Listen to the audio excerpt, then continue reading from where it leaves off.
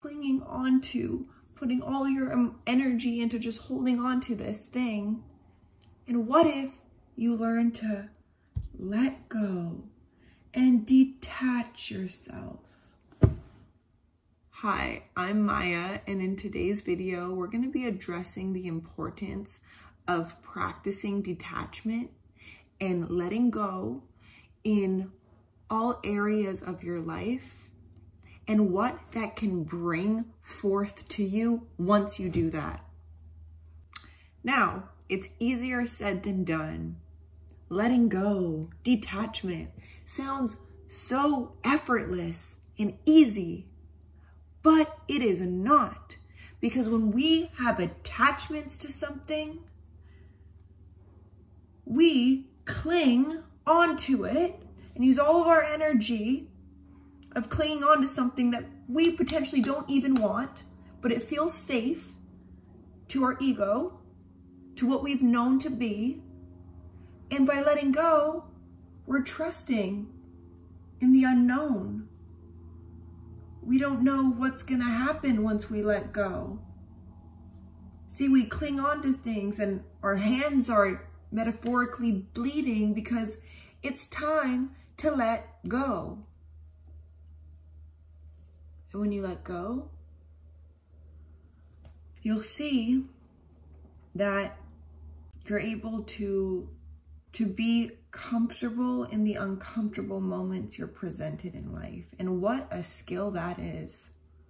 And to let go of outcomes that are not promised. And I'm all about manifesting and visualizing what you want to create.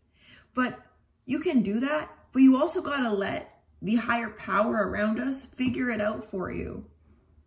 You worrying so much, your anxiety isn't helping the situation. It's actually blocking the blessings and maybe the things that you are clinging on to. By letting go, you can allow them to let go and release. And if they are meant to return back to you, trust that they will. And if they don't, it's not meant for you. And that's hard to swallow because sometimes we want it. We want it. We want the things that we want. But there could be a higher plan in the making. And the first step, letting go. Right now, this is what I'm practicing. I'm letting go of the old in so many senses. I'm letting go of old attachments to certain people, old attachments to places that I thought I'd be, of circumstances, of I wish I could change, but I know that behind the scenes, things are working out for me. So I have that in my brain. Things are always working out for me, even if I can't logically grasp or logically see it in front of me.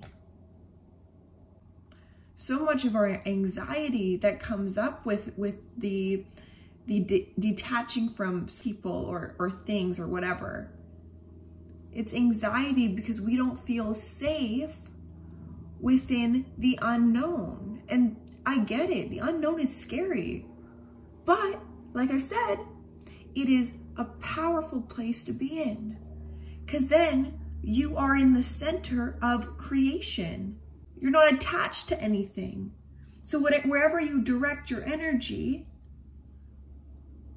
you can allow it to come to you instead of holding on to something you don't want, but you feel safe here. But the universe is like, baby, let go so I can redirect you where you want to be. Easier said than done. Another scary part that is scary to our ego is when we actually need to detach ourselves from our old identity that has been keeping us stuck in situations, calling in people that we know we are not in alignment anymore. Mentally, we can feel that. But physically, we're so attached to the things that we don't like, to the thought patterns we don't want to be in, but they feel safe. What feels safe can be the biggest hindrance to where you want to be in the future. Because if you keep continually doing every single day exactly what you're doing that feels safe, what do you think will happen in the future? How long have you been repeating old patterns that are outdated and need to be reprogrammed by you? You have the power to reprogram your mind to get the outcomes you desire. But first, we need to let go of our old identity. It's time to get out of our cocoon that we've been in and be the butterfly. The butterfly has a really uncomfortable time. The caterpillar turns to mesh in the cocoon so it can have its wings and transform itself. That's what you need to do with you. You need to allow yourself to turn to goo, per se. To allow everything internally that is no longer serving you to be released out of you. So it's in your awareness, and you can affirm to yourself, I'm ready to fly. I'm ready to die first so I can fly. And what I mean by die, I don't mean actually death in the physical sense, but I mean a part of you that you know is holding you back from your desires. We need to lay him or her to rest and say, you've served your purpose up to now, but we need to transform ourselves so we can transform the world that we live in, the circumstances we're dealt, the people we attract, into a higher timeline. And there's nothing wrong with where you're at, by the way, at all. I believe in perfect timing for things. But when you have that inkling in your heart, in your soul, the whispers that are like, this ain't serving you anymore. These habits I'm doing, old habits, the thought patterns I get myself in, not benefiting me. That is powerful to realize and to say out loud. Shit. No more. I want different for myself. And you see, we can do that first with the detachment of what we think the desired outcome should be. And trusting that there is that higher essence of who we are, guiding us and shaping us in every aspect of our life to get us, to shape us into our next version. Because me, Maya, here right now, I've grown. My body has for sure grown. I'm not the same Maya I was when I was 5 years old. But you know what is the same? The energy that comes out of me. The energy that can move my hands, that can blink my eyes. That's the same. That's my essence that has always been there since I was in every stage of my life. We don't question that. What is moving your hands right now? Of course, isn't it wild? It's so wild. We have a powerful essence in us that is connected to anything you desire.